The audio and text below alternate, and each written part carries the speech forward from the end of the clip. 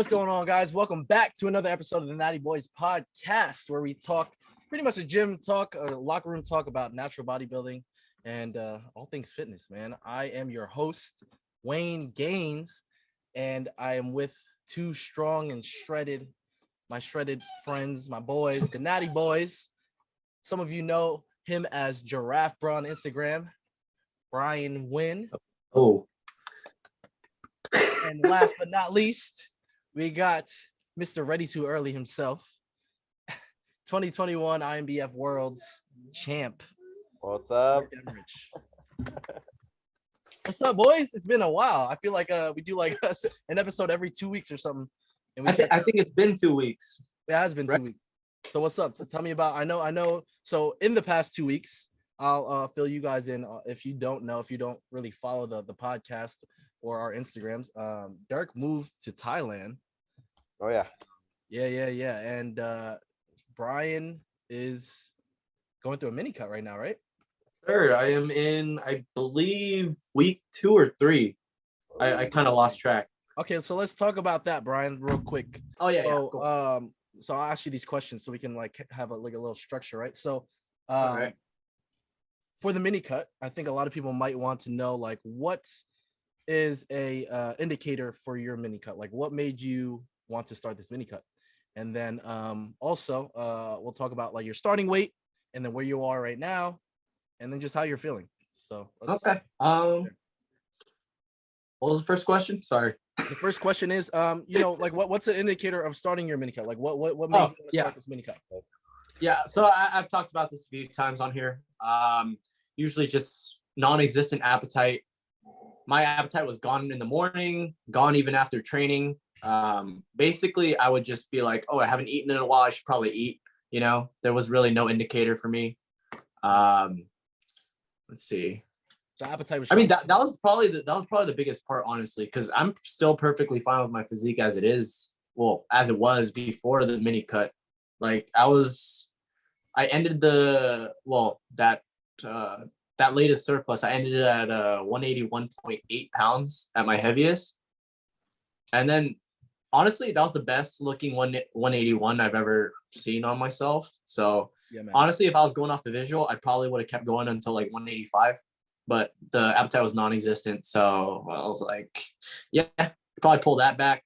Just, it's going to be a long off season, you know?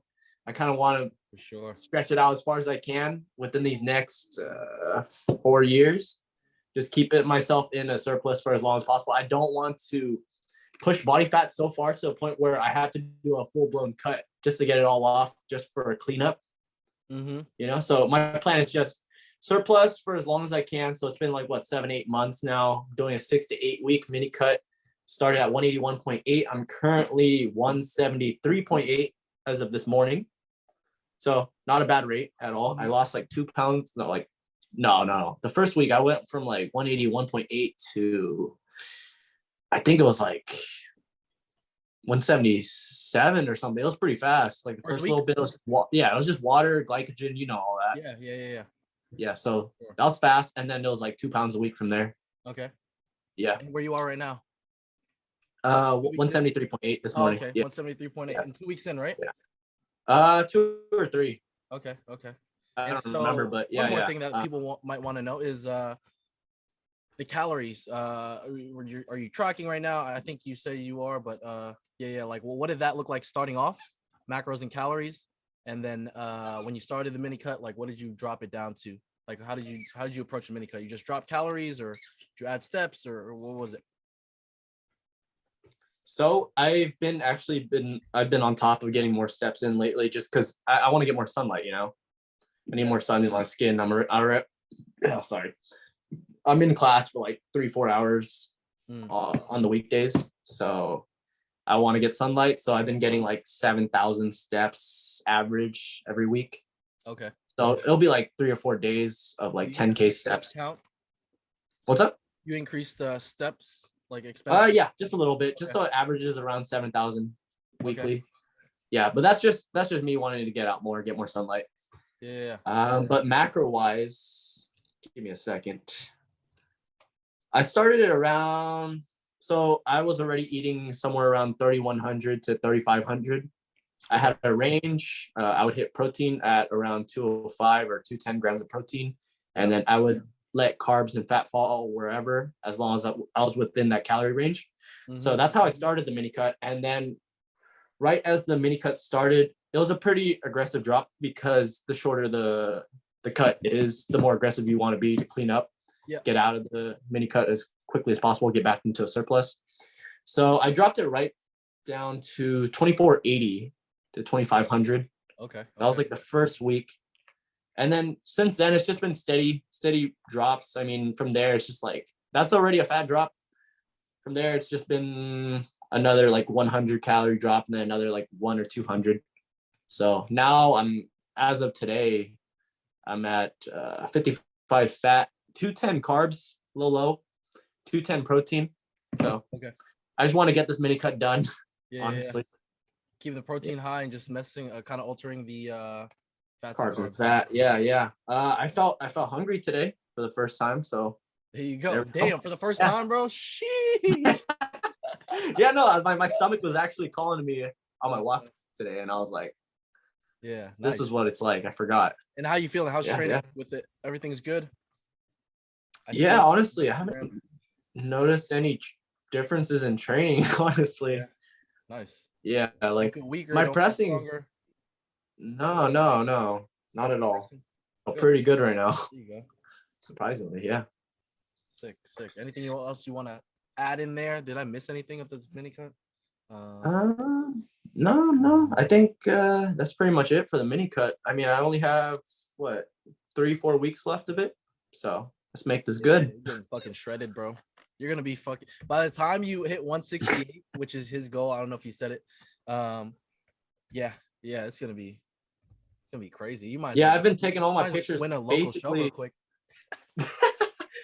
I've been taking all my pictures in like more honest lighting, just for data collection. Dude, when you sent me the picture when you sent us the pictures in the chat, it was like, I was serious about that. I've seen freaking people that like do bodybuilding shows at like weight like around that body fat or probably more. It's insane. Yeah.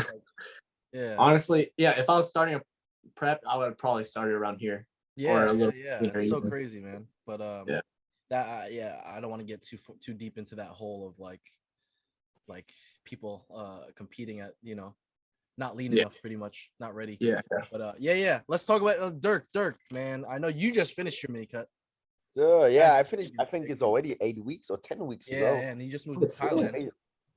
Like I think it's 10 weeks ago now. Like time flies, and totally back into the gaining groove. So that's amazing. Like usually after a mini cut, it takes like a week or two once you are like settled in with the surplus again and all that. So but it's going amazing. Like like this upcoming week now, I finally have my like deload week, like a mix of deload and like 5 days off training, and then like a 2 week high rep block, like a 20 to 30 rep block.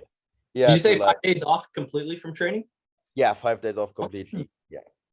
This will be good. Like I pushed 7 weeks. I think I can't remember the last time when I pushed 7 weeks without a deload. So I'm a little bit overreached, like really tired a little and stuff. So this will be so amazing now. Like this week, 5 days off, and then this 2 week high rep block, mainly we cover like joints and tendons and all that, plus also mentally getting ready for that final leg of gaining, and then there will be already prep next year. So I really want to like squeeze everything out now. So that's will be good. Nice.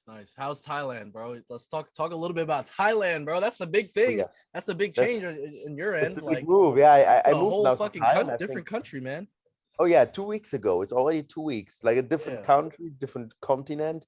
It's in freaking Asia, man. So it's amazing, man. Like I'm going to move like long term to Bangkok in about 1 week. So I've been now on an island called Koh Tao, like a really small island to really like I mean, I still training and working on everything, but I also saw this a little bit as like a little holiday, like with beaches and stuff to like really chill a little.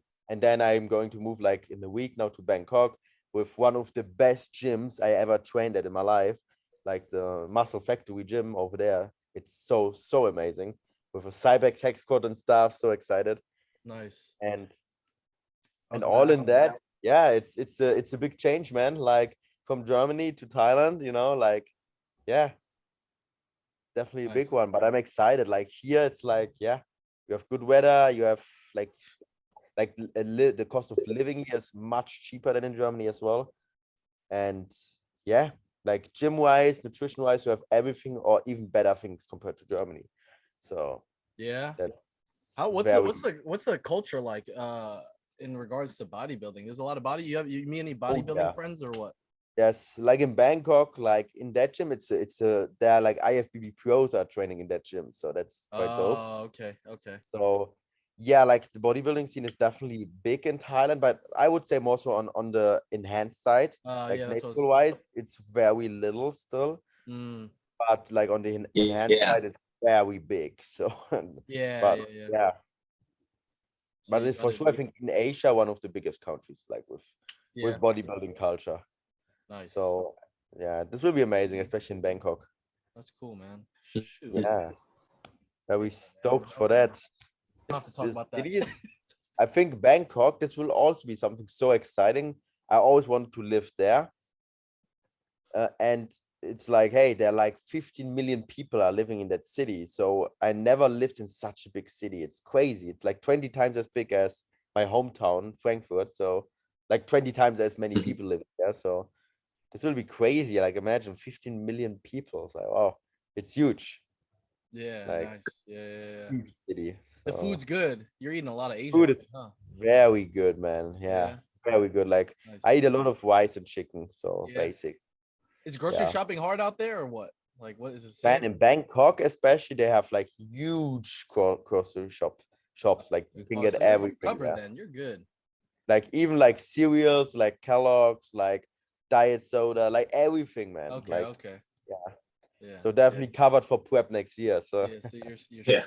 straight on yeah, that. and especially in Bangkok, it's cool. Like Bangkok, there's the big airport, so I can just straight jump into the airplane to Germany, like a 10-hour flight. So it's very convenient, like from Bangkok, like don't need to travel anywhere. So Nice, man. So you're it's doing well, amazing. man. That's good to hear, bro. I just Oh, wish yeah. you didn't move this year so we could you could come to You Worlds. should come with it. You should come with it, bro. Now you're definitely not coming to Worlds with all the money you've been spending out there. Oh yeah, this would be first this because next year prep I I definitely was about want to say you gotta save to have my cash saved for that. I get you. And yeah, but if you can Yeah, make man. it, bro, like this year, you come visit me in Bangkok. Nah, for sure. The thing is, so there's just so much with that. I definitely want to come to freaking Thailand, but next year, if I start Sick. prepping with you, I'm definitely not gonna go to Thailand. Oh yeah, this will be hard. Well, it just has to do with money, really. We'll see. Because I wouldn't Yeah, mind from the going out US, there. it's a long flight. I think 20 hours or so. Oh, yeah, that's gonna be so hard. Like if you're trying to diet and stay on point with it. Oh yeah, like it's better in the off season and definitely like staying for 2 or 3 weeks. Like Yeah, to make it worth it. yeah. Maybe in the off season, maybe 2024. But we'll talk. Man, this about would be amazing. But yeah, man, Natty Boys taking over Thailand. they're not ready for that. But anyway, I wanted to talk about the bodybuilding show that just happened. This is a prestigious show on the West Coast. It's called the INBF WNBF Muscle Mayhem. It's WNBF too, right? It's a pro show. The Mayhem. Yeah, I mean technically, but yeah, but there was one pro. And you got the in-person experience because you were actually there this year. Yes, sir. So let's talk about it, man. Yeah, so I drove up on the day of at like 6 a.m. Drove up. The Mayhem, they actually run it as a straight through format. So there's no morning and night show. So that's really nice because you don't want to be that spectator coming in at like 9 a.m. and then leaving at midnight, Yeah. That was how the experience was in Mayhem 2016. I stayed the whole time and that shit was exhausting. I don't like that. I like how they fixed it now. Straight through. Yeah, the done by like format. What, 2 o'clock? What time were they done? We were done at 3. Okay, yeah. Boom. Perfect. Easy. Yeah. So just a little recap So the mayhem, man. So before we, because you could get into this long like a long talk about it, but so Yeah. for the mayhem, what stuck out to you, man? Like we saw also a lot of pictures. We'll probably share some, but let's get a quick I guess view from your perspective. So I was mostly excited for the amateur men's lightweight class. Okay. Because I knew there was Brian from Hong Kong coming in. One of Berto's clients. You guys know him. These things right now, actually. Wow. Yeah. And then my boy Ian Angelo from the Bay Area. He was also competing that day. Some 3D MJ guys too in the lightweights, right? Yeah, man. I'll pull it up right now. So this is Brian right here. Can you guys see this? Yeah, man. This guy was fucking insane. Yeah, this guy won the overall, man. Came all the way from Hong Kong, I heard. Yeah. I talked to him briefly the other day. This guy was crazy, man. Like his waist is tiny. I know you guys have probably seen it in Berto's post, but I haven't seen anyone ever pull off a vacuum the way he does. Like literally no one in natural bodybuilding. Wow. I've seen it on the untested side. Yeah, I've seen it on the untested side because everyone has a big back, but like people in natural bodybuilding usually cannot pull off a vacuum just because no one's like, there are very few that have that kind of small waistline and also that big back, you know? Hold on, let me see if I can pull up some. Yeah, you know what? Like the craziest thing, especially with natural bodybuilding, I'm sure it's with the untested side too, that like when you see these pictures, man, like from my experience, most pictures do not do justice. Like you have to be there in person. It's a different. Oh no. The lighting is amazing too. Yeah, just being there. Like, look, he looks like so good right here. Like, conditioning wise and just everything. And I bet being there, like seeing it is just like even more incredible. Like who's this guy too? This guy came from far too, right? Yeah, he was from Brazil. So that's Leo. Team 3D MJ. Sick. He dense as fuck. Yeah, I know he competed at the Mayhem back in 2018 as well against Josh Kenyon. Oh wow. Yeah, he was in that same class, and I was looking at pictures like side by sides. He's grown a lot since then. He's big, bro. Yeah, legs are sick. But I'm assuming he just won from just condition and. I had condition structure, I believe. Yeah, and overall, bodybuilding now. Brian or Leo taking it. Yeah, natural bodybuilding now you have to have this conditioning if you want to win the whole show, you know? Yeah, because Leo, he was like the picture perfect middleweight, you know, like dense middleweight, conditioned. Like this guy's muscle belly is just insane. You can see it in the crab most muscular right here. Yeah. Like arms this are just big too, but he just needs, a little bit more conditioning. Yeah, so he is a heavyweight, I'm assuming. Yeah, he's the heavyweight, and according to Tina, I think she said that he's a WNBF pro in men's physique. Him? Yeah. Oh shit. So obviously it's gonna take him some time to grow into the whole bodybuilding division. This is his first bodybuilding. Yeah. Wow, he should have been doing it. I feel like he's built well for it. Yeah, he's built well for it, yeah. Once he gets conditioned, like he's Brian, look at this shit. Yeah, crazy. This probably looks sick in person. Yeah, it was crazy. Like I don't know if you guys seen the pro pictures from the Mayhem, but those are always so nice. Like Mayhem's Sheldon High School, the venue where it's hosted at every year. It has some of the best lighting I've seen in natural bodybuilding. This right here, bro. This right here. Yeah. Wow. Brian's front poses, those ones were the ones where it was like lights out. His front relaxed. Dude, what? Yeah. It's just so much more aesthetic, like super fucking lean. Yeah, you don't see those lines on a lot of guys. Like especially in the front relax. Like when he hit his front double bicep too, really, really strong front double bicep. Yeah, man. And like you said, we have the slight bias to the smaller guys because we're I'm always rooting for the small guy to win. I'm the same way, but but it just kind of like,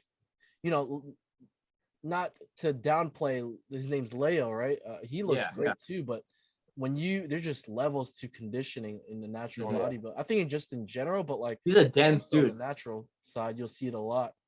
Yeah, Leo, his lower body dominated for sure on that stage. Yeah. Like I don't know if you can pull up some pictures from the rear. Dude. Yeah, if you want to pull up some pictures from the rear, you can see his hamstrings and quads just crazy. Huge, bro. Yeah. This guy's dense dude. Like I said, picture perfect middleweight, conditioned and just big. This guy got potential too. He just, he just needs to get more conditioned. Wow, yeah. that legs are crazy. A couple from more. Leo. You know, next go around, this guy will probably bring. Yeah, honestly, he just needs to bring figures. conditioning. That's Yeah. the easy part. Yeah. Honestly, Yeah, relative, but yeah. this is the overall. That's Oh, so this is the overall right lightweight there. division. This is the Yeah, lightweight that's the lightweight right there. So it was Brian in first, and then that's my boy Ian Angelo in second place. So do you know this guy? We'll go. Look yeah. So that's Devin. Devin. Okay. He's coached by Chris Bearcat. Ah, okay. Yeah. Okay, nice. Yeah, he looks good. My boy Nick, my neighbor Nick. Oh, yeah. Dude, yeah, man. So I saw Nick. So he's a pro in the NGA, and I think he got his pro card maybe, I want to say like 20, I don't even know, 2017, 2018 maybe. He got so much bigger. So shout out to Nick, man. He put in some work in the off season. Because dude, like when I saw his other pictures, no offense, it's just like he could have used more mass. Yeah. Now he got way bigger. So Yeah, he looked good. awesome. Yeah, and then It's a very strong lightweight class. overall, yeah, this is a good class, man. Wish I was shooting this year. So then we got Brian in the middle, fucking insane. Like, look, you can see the Sartorius. Yeah, he's like lean, man. Like, And his posing was very consistent the whole this way. is your boy, right? You want to shout this guy Yeah, out. yeah. Yeah, no, you should pull up a different shot where he's actually flexing his legs. This guy's legs are nuts, man. Yeah, maybe here. He's got probably some of the best bantam legs I've seen besides Jose Francisco's. Oh yeah, Jose. Yeah, like fucking Craig 3.0. Ian with a little bit more upper body musculature, even more condition, like that would be dangerous. Mm-hmm. Oh yeah. Mm-hmm. Then we got Ishak, of course. This he's gonna be a problem in a few years, man. What do you think? How do you look up there? Nice he looked good. He looked good. I've seen him at a few shows here and there. I've never actually talked to him before. Yeah. He helped me out a little bit with the posing at the time. Yeah. He was nice enough to like jump on a live with me, and we want to think upper body wise, he could definitely gonna grow. This guy's he's young. He's like your age, right?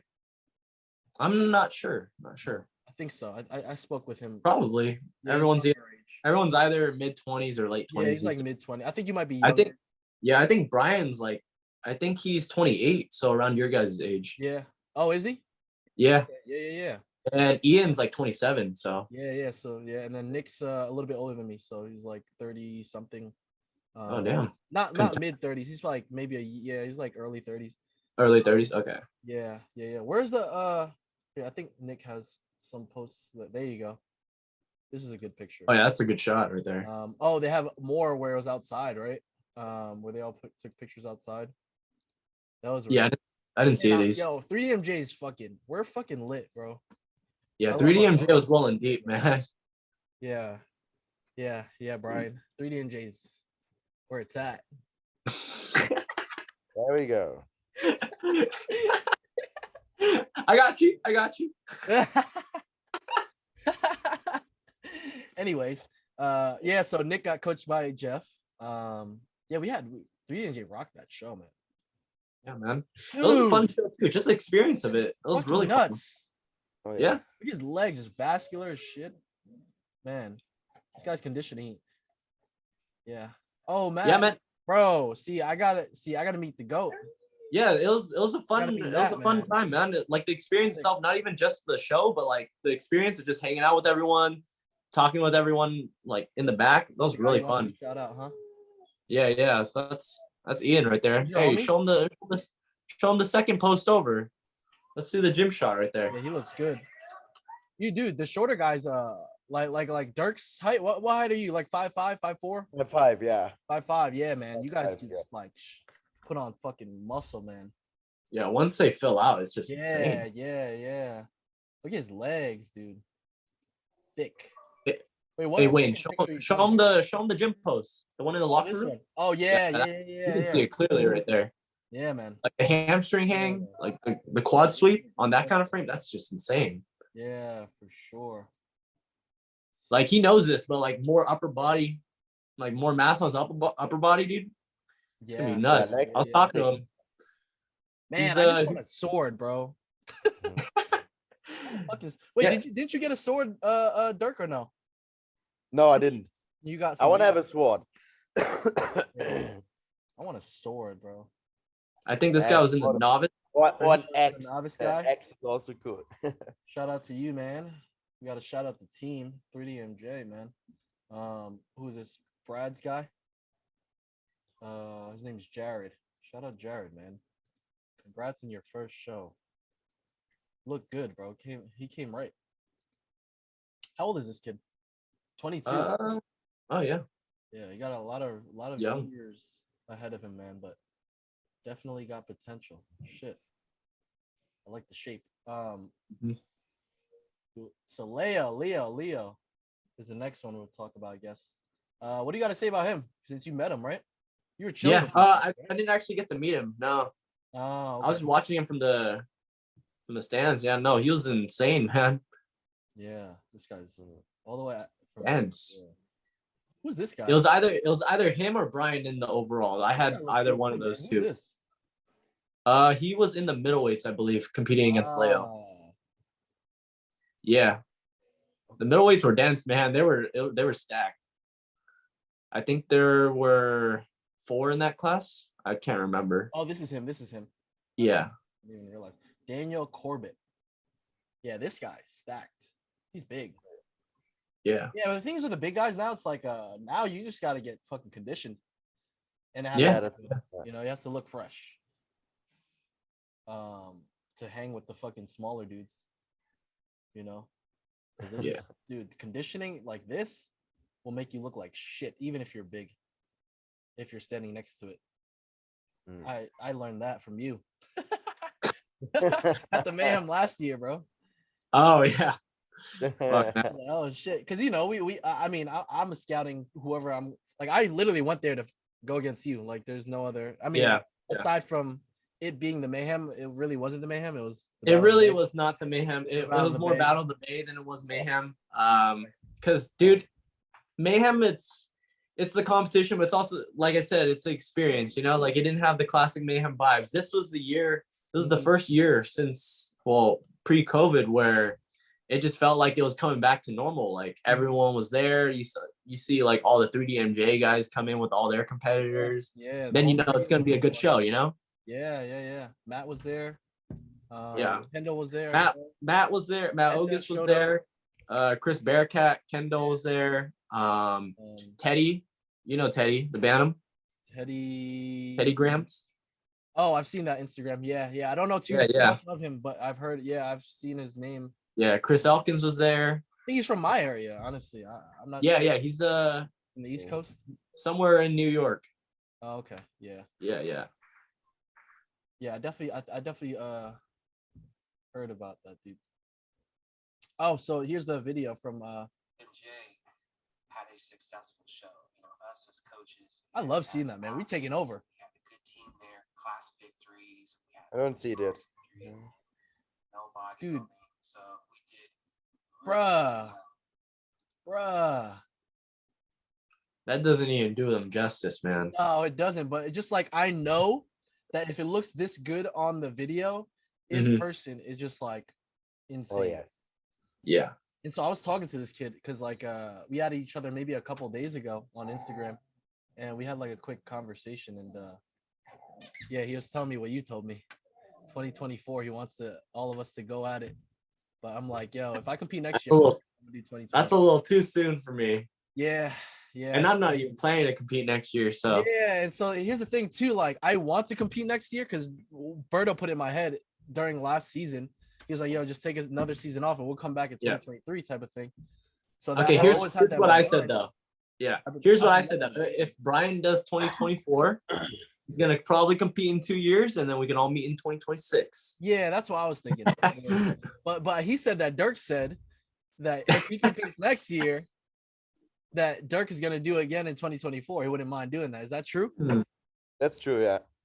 Oh, okay. I want to see that. Yeah. We just gotta. Well, me and Brian got to get our pro cards first. Yeah, I need to get my 4 years. Enough muscle to actually hang in the pros. I'm not trying to. I mean, I'm not really last place. Yeah. Let me humble myself. Let's get that pro card first, Yeah, then yeah, talk exactly. about meeting somewhere.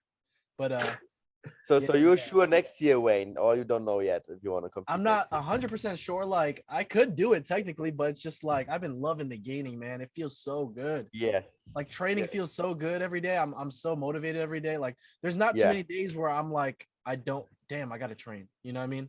Yeah. Maybe here and there when I don't get sleep or something and whatever, but everything's pretty like routine from week to week. Yeah. Yeah, so yeah. We'll see. Just like the gains, Otherwise, you guys latest know. 2024, right? Like we're all killing it in training, and it's just like I know when I pull that plug, it's not gonna feel like this. You Mhm. know, it's like I'm losing. Am I like I'm kind of leaving gains on the table if I just pull the plug. But I mean, another reason why is because last year is just like there's more like a data collecting year for me.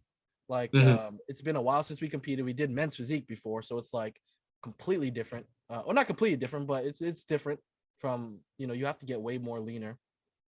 And now the focus is not powerlifting. I think that really kind of Brian and I talk about this a lot because we kind of share that same perspective where we were like focused on powerlifting. We were doing bodybuilding, but we were also focused on powerlifting as well. And I think, we're double dipping, spreading ourselves thin. And it works. But for me, you have to have that, I think, mindset to focus more on bodybuilding because it's just more intention because you only have so much focus that you can invest into training. Yes. When you put like any focus into powerlifting, enough like when you put enough focus for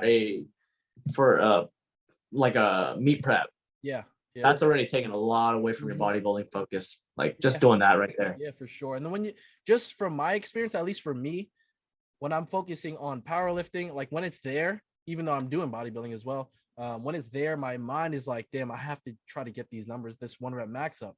And so like I'm pushing, and at times I guess I'm pushing too much. And that just gets in the way of like recovery for the bodybuilding thing side of things. Is some days, man, I can recall, and I didn't think it in hindsight. Now I know that it probably affected my bodybuilding where like I pushed too hard on the big 3 lifts and my body just shot where I don't even want to do accessories, which is the me as well, man. Like it doesn't contribute to my goals anymore, like it's so it's like now this year is like the first year where since like I started powerlifting in like 2014 that just bodybuilding focused 2013 2014 that I now I'm just straight focused on bodybuilding.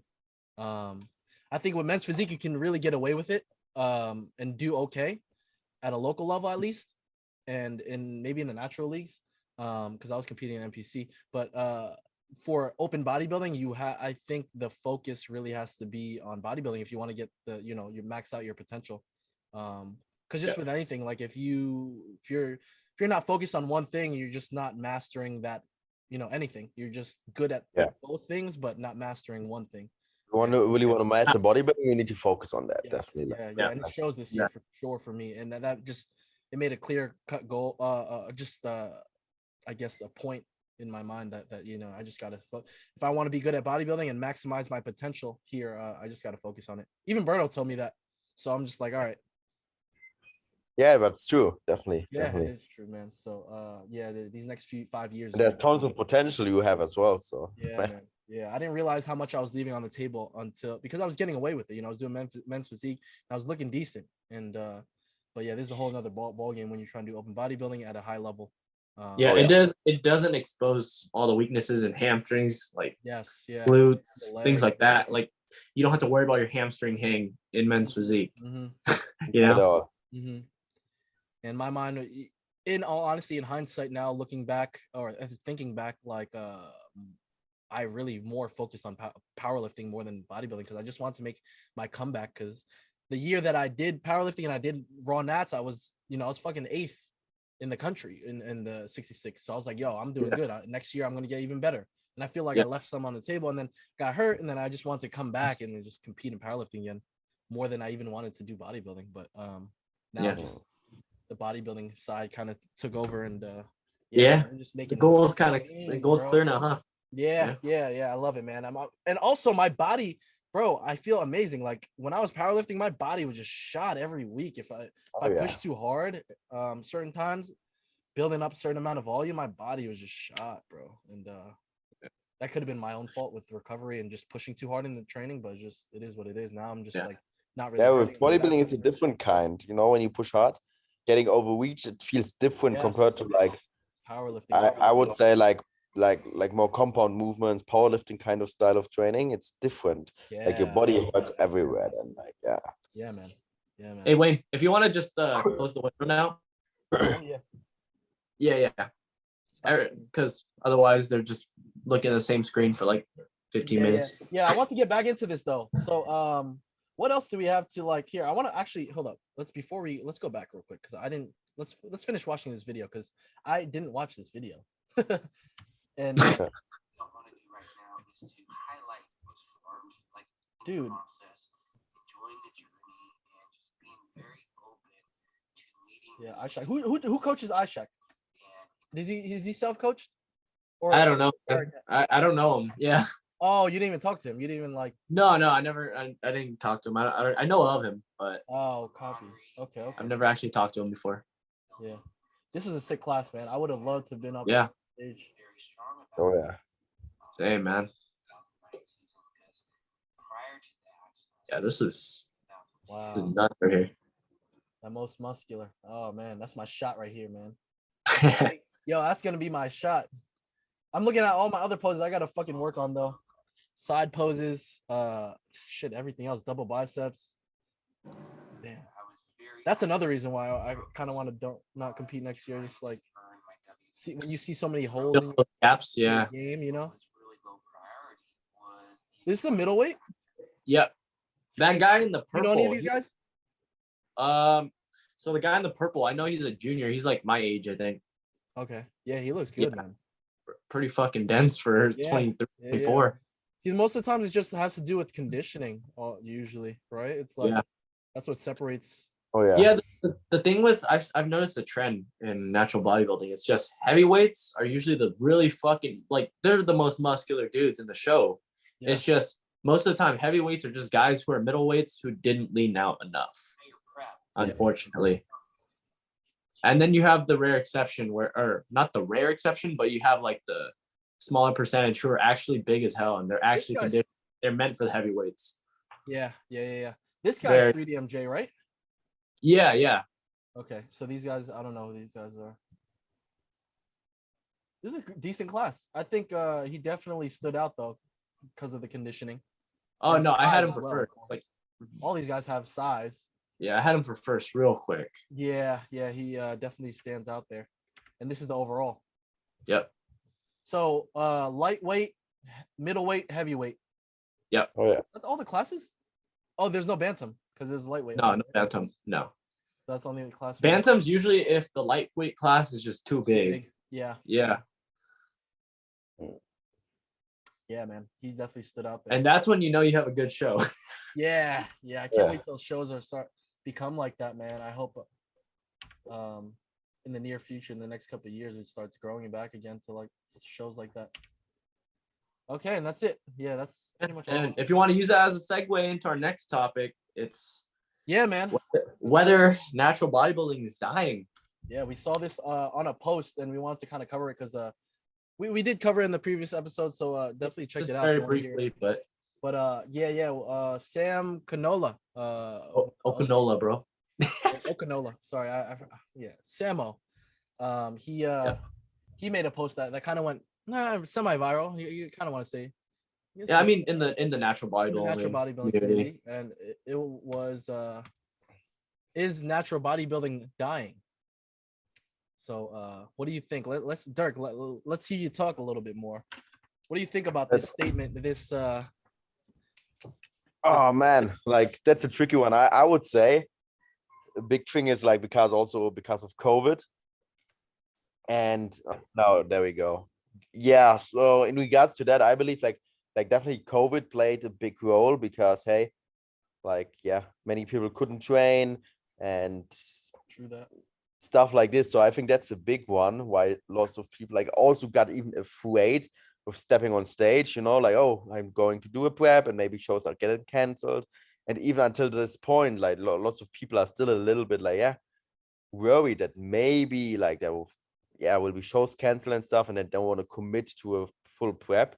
So then maybe it looks like it's dying because less and less people are competing right now. But I believe in the next 1 to 2 years it will pick up big time again once like things are 100% back to normal. And I think that will be a big one for sure. You think COVID took a bit? Yeah, it definitely did. I think 2018, 2019, it was pretty popping, right? I think Brian could. Yeah, it was right before COVID. So I think that has a big impact.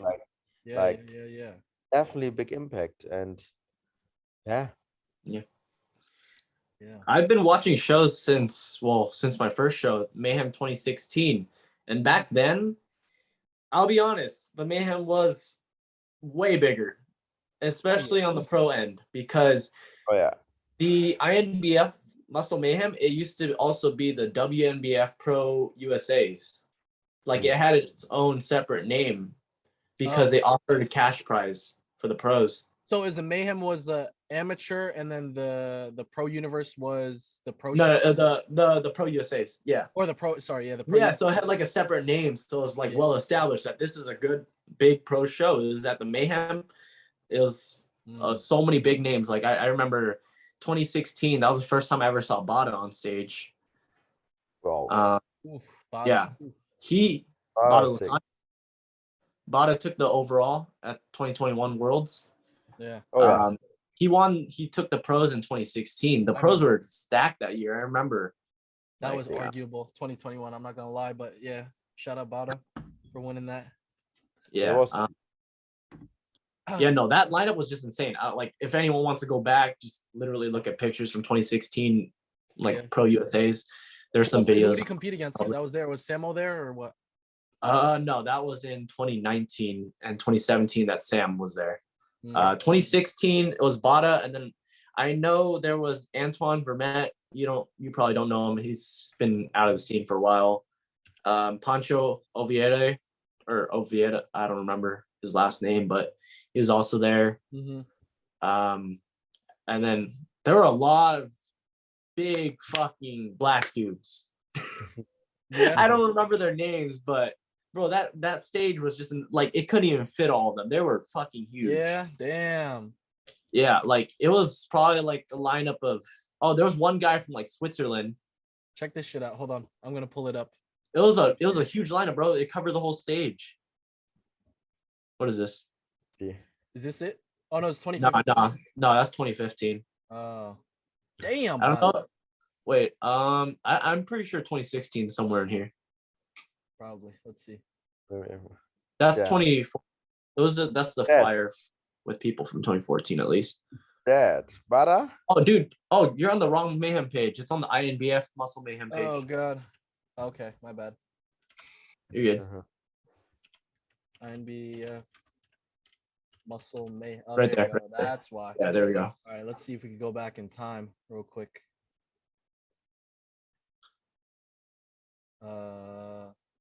You're gonna have to scroll, bro. Yeah. We gotta go. That's 2019. Oh, 2019. Sorry. Look at Edna. Yo, I'm gonna send this to Edna. She made hella gains. What the fuck? Oh yeah, she competed in 2016 too. Bro. Oh yeah. Oh, I love it. That's crazy. She made hella gains. Is this Oh, bro, you're gonna have to scroll fuck ton if you want to go back. We gotta go far, bro. Yeah, I'm telling you. This that's is 2019. Kendall won. That's 2018, bro. Oh, 2018. Okay. I got you. Yeah, you got it. I got you. We're going back. Josh Kenyon was there. History teacher. Tell me when to stop. I'm just gonna keep scrolling until you see like. Oh, here. Is that it? Yeah. No, that was 2017. This was 2017. That was 2016 right there. I don't know if they have pictures of the. Yeah, it was the sponsor of the show. Yeah, they got like dude, free glasses. He looks sick as fuck still. Yeah. God. I don't know if you have it. I don't know if there are any pictures of the overall lineup in the pros, but with the sunglasses on. Ammo, man, his legs are crazy. 2017. Yeah, that's 2017 when he This took. guy, he That's, looked he got better too from this. I've definitely seen a better picture, unless it's just the lighting. Yeah, but This. yeah, that. Holy. Oh, I definitely seen this clip before too. Yeah. Oh, Marcus right there on the end.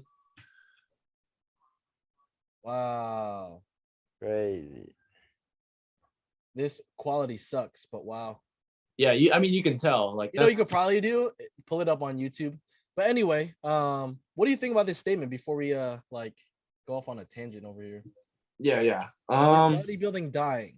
Because you've been around, you've been spectating and competing since 2016. Yeah, so I saw his 2016 Worlds, 2018 Worlds, obviously 2021 Worlds, Yeah. 19 and 20. I mean 2020. What? No, wait, no. Fuck. I didn't watch 2019. That was in New York, I believe.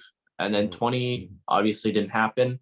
But yeah, no, after seeing all of this, here's my take on it. Like, I don't think it's dying, but I think the older generations, all the guys that everyone knows from like who've been around for the past like couple decades, like I think they're just moving on, you know? So it's gonna take a while. Like a lot of are going on, like. What do you mean by moving on? Like, dude, they're a lot of these guys are getting retire. they're getting old and they're like focusing on family, you know, which is perfectly fine. Yeah, but a lot of guys, they're past that point of competing. They're focusing more on their family, just retiring. So I think it's gonna take some time for all these younger guys to actually fill out. Yeah. And become the new generation, you know, because like I said, these OGs, they've been around for like what, 20 years? Yeah. 20, 30 years? Like Yeah. this was 2015. Dude, that's when freaking Encima was competing. Encima, yeah. Yeah. My friend was competing at the show in the in teens. What about the girls? Let's shout out the girls. Did you see anyone that anyone notable that I don't know if you were actually watching the girls. Like I mean, I wasn't at the show. I only knew about Encima, my friend who was competing in teens at the time. How about this past show, the Mayhem? Did you see any girls? Let's go back a little bit because I don't think we shot Mayhem this year. Yeah. Are you friends with anyone, or do you see anyone notable? No, honestly, okay. I didn't know any of them competing. Okay, never mind then. Yeah. Edna, I know Edna. Edna's cool. She didn't do this show, but she was spectating. Yeah, she was there. And she's planning to do. She said she's gonna do Worlds though. Yeah. She's competing this year again, Edna. Yeah, she's going again this year. Crazy. Yeah. Gotta take back what's hers, man.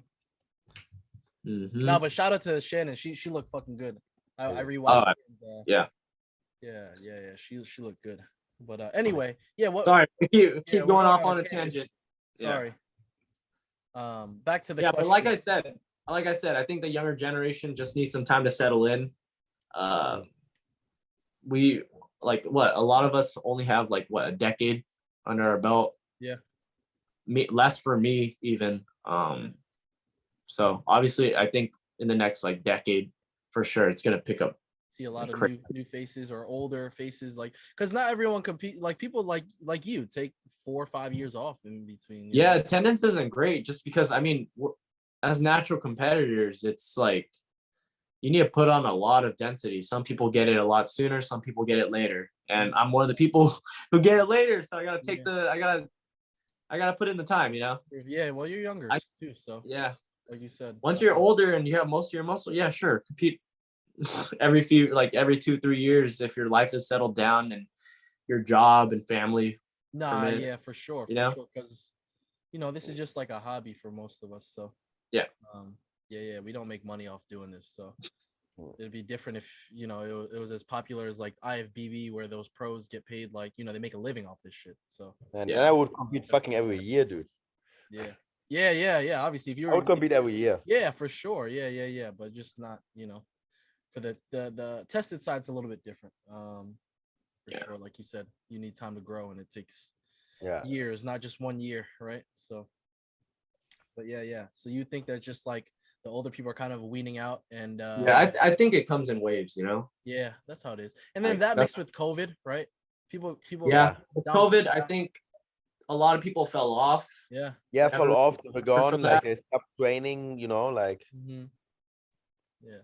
Some people use that as their period to kind of reprioritize their life, Yeah. family first. Yeah. Yeah. Exactly. So I do agree on that. Same with jobs and stuff with COVID. Like lots of people like lost their job and they now settled into another job. And I think same with bodybuilding. Maybe like the gym shut down. A lot of people moved on maybe to another sport or reprioritize their lives, you know. So yeah, true, because it was one, that's with COVID a big one. So yeah. If you have a family, it's like, different priorities, man. Yeah, but also, I know Chris Bearcat really knows what I'm talking about with lighting at shows and just overall production value. It's just with natural bodybuilding, unfortunately, there isn't as much money, obviously, as we've said already, as the NPC and the IFBB. Oh, we're getting into this convo. All right, so before we let's I mean, it's part of it, you know. Yeah, it's part of why people think natural bodybuilding is dying, you know, because it's like there's classic physique now, there's better production value, there's dude, have you seen in the NPC they have like individualized videos, like close-ups of the competitors' routines, like it's in high quality, it looks damn good. Yep. So let's talk about it. So now that we spoke about that, I think we all have pretty much the same, kind of ideas about, like, is natural bodybuilding dead? You said, it's not really dead. It's just kind of, the older people are kind of weaning out, and now we're gonna see a new wave of like younger generation. It's just gonna take some time. And then that mixed with COVID, I agree with that. I don't really have much take on it. I mean, I think COVID really kind of, put numbers down, and it's gonna take a few years to kind of get people back up. I think this year is definitely going to be a big year, and then the next couple of years will be too, for sure. I think so. Next year, after next year, but let's get into let's talk about the shows, man, because I think this is important with just growing as a federation, because I think for all three of us, we're probably really sticking with the WNBF, INBF for the most part. 100%. That's not changing. I like the way they run things.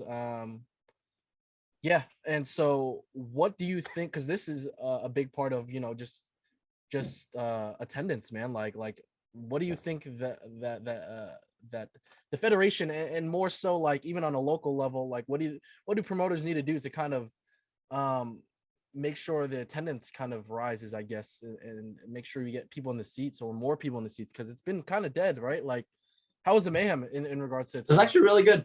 It's not bad. Yeah, I was looking around just to see. I was curious, and it actually was not bad. Yeah. Like I said, it had almost like classic Mayhem vibes, minus the whole pro division. What about because last year the Bay had it was almost packed in the Bay.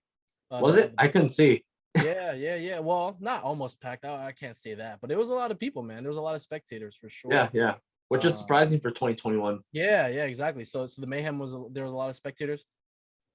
Yeah, it was really good, and it was nice because there was no mask mandate anymore. There was no vaccination card. Last year we had to wear masks, bro. You remember that shit? Or I remember that. I remember at Worlds, man. Even at Worlds, yeah. Like I get it, but I'm like, for more audience. Like I love having good audience. Yeah, man. That was kind of annoying. It's a different vibe, like when you step on stage and you have a big audience. I think it's amazing. I like it, like it has a sick vibe. So back to the question, what do you think these promoters need to do to kind of like increase the it's honestly so much easier said than done. That's the problem. It's just, it all comes back to not having as much money and not being as well funded.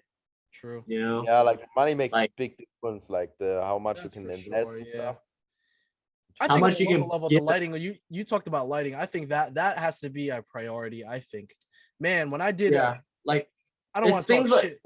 But when I did that show last year in Jersey, I know it's their first show, Dwayne Broadway, one of the legends in natural bodybuilding. Dude, the lighting was just so bad, bro. Like I told you. Floodlights, right? What it seemed like, I don't want to say exact because I don't know exactly what lights they were, but what it seemed like, it was like some Home Depot floodlights, and they just put it on the bottom of the front bottom of the stage. There's like 3 of them, super fucking hot, man. And all right, man, everyone's tans was just running. So it's like my tan was running. I sweat easily, so I'm just sweating. And I'm like, that doesn't look good. Not that that would have changed anything. Put lights below the competitors. Never put lights below the competitors. Yeah, that shit looks awful. Bad. Yeah, like it looks so fucking bad. They did that in 2015. I was like, why? It looks awful. Yeah, Yeah. I'm gonna just say that. I'm gonna just put this out there. Like it looks like shit. Don't do it. Yeah. I know. I was there. Yeah. But God damn. also we don't know the back end of things, like how what goes into it, like how much they have to pay and like how hard it is to get. Yeah, it just feels like they're doing us a disservice to people who are like prepping for fucking. I was prepping for 48 weeks last year. I know a lot of people were prepping for 40 weeks last year because everything was so uncertain. Everyone just started prep, hoped that they would finish at a decent show, Yeah. And I mean, we did have shout out Battle of the Bay, amazing venue, amazing lighting. Same with the Mayhem. Thank God. But all the way over there. Yeah, you can't be having competitors prep that long and give them the shittiest fucking lighting. Yeah. Like, bro, I already take videos and pictures in the most honest lighting all prep. Let me just have my moment on stage where the lighting looks good and I look good, like if I peaked right, I want it to reflect in the pictures. Yeah, for sure. I think that's number one. It's hard, like you said, it's hard to say because it's like I don't really know the back end of things, like how hard it is to like get a venue, how especially with last year, just right a year after COVID stuff, restrictions are still up. So I get it, but definitely lighting has to be good, man, especially because these guys are making stages, and sometimes it's at an auditorium or whatever on an actual stage, but like sometimes they like on the East Coast you see a lot of they make their own stages and shit, and that never usually looks good. I remember seeing fucking all the shows that Bearcat did last year were no offense. He doesn't even want to share his probably bad. Like even I went to the one that he did in New York, the was it the Universe or Natural Mania Nationals or Natural Mania Pro Universe? Is that what it is? I think it's just called I don't think it was Pro Universe. Yeah, Natural Mania. Whatever it was. I don't remember honestly. I'm not sure about the East Coast shows. Yeah, and that was like okay. The lighting wasn't horrible. But yeah.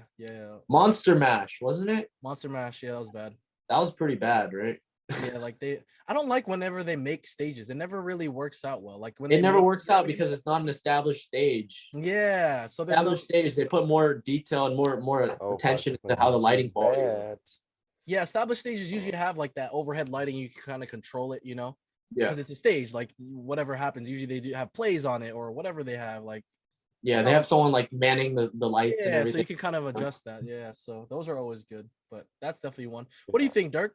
I mean, Dirk probably doesn't have that much because it's freaking in Germany or wherever you were at. The lighting was amazing, bro. I was so jealous. Lighting was very good. Yeah, they do it right in Europe.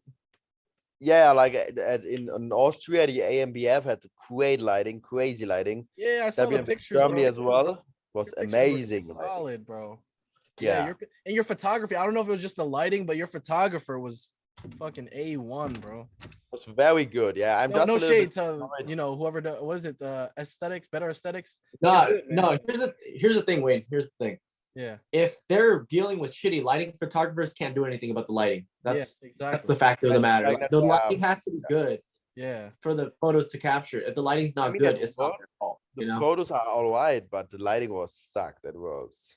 The lighting sucked. Yeah. So I was like, oh fuck! Like imagine like having actual proper lighting at Worlds would be so much better. Yeah, bro. I don't even think those pictures did you justice. I'm not gonna lie. Like they're looking good. But they look good, but imagine with actual good lighting. Like, that's the only. And the crazy thing is like that's the only like memories we have of it. So it's like you got to make sure that shit is on point, man. Wow. Especially when we're spending $200 on photos, man. Especially when you have a 5-year off season. But yeah. Honestly, no offense, I don't even feel like I'm gonna buy a picture package anymore. Oh, I think I do. I don't know. Unless it's like a Mayhem lighting, then I'll consider. Yeah, I mean, I'm gonna buy it regardless because what am I gonna have to look back on in 5 years if I don't have even if the pictures are shitty? I need to have pictures. Yeah, I need to have like. That's how I am. Yes. I need to be able to look back on it, see how my physique looked, use it as data moving forward. Some pictures, exactly. But on the side, you're not supposed to do it illegally. But yeah. I get you. That's true. That's a good point. I mean, but it's like, bro.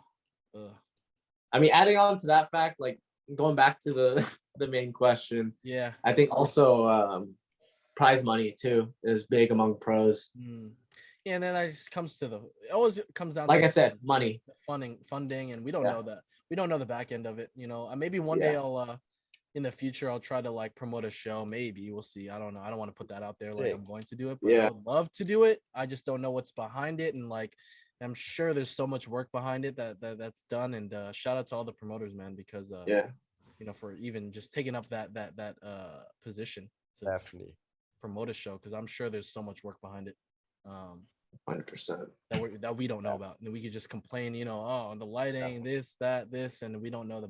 It's easy to complain. That's the thing. Exactly, because I'm sure they do their best. It's another thing. I hope that, you know, they're not about their money. I don't know how much money they make. I'm not pocket watching people, but I mean, bro, it's natural bodybuilding. Not much. Yeah, exactly. I'm gonna be real with you. Yeah, we're not as marketable because we don't have freaks that, you know, like. Yeah, true. Fucking blow your mind. Like, this guy's like 280 on stage. Like, we don't have that.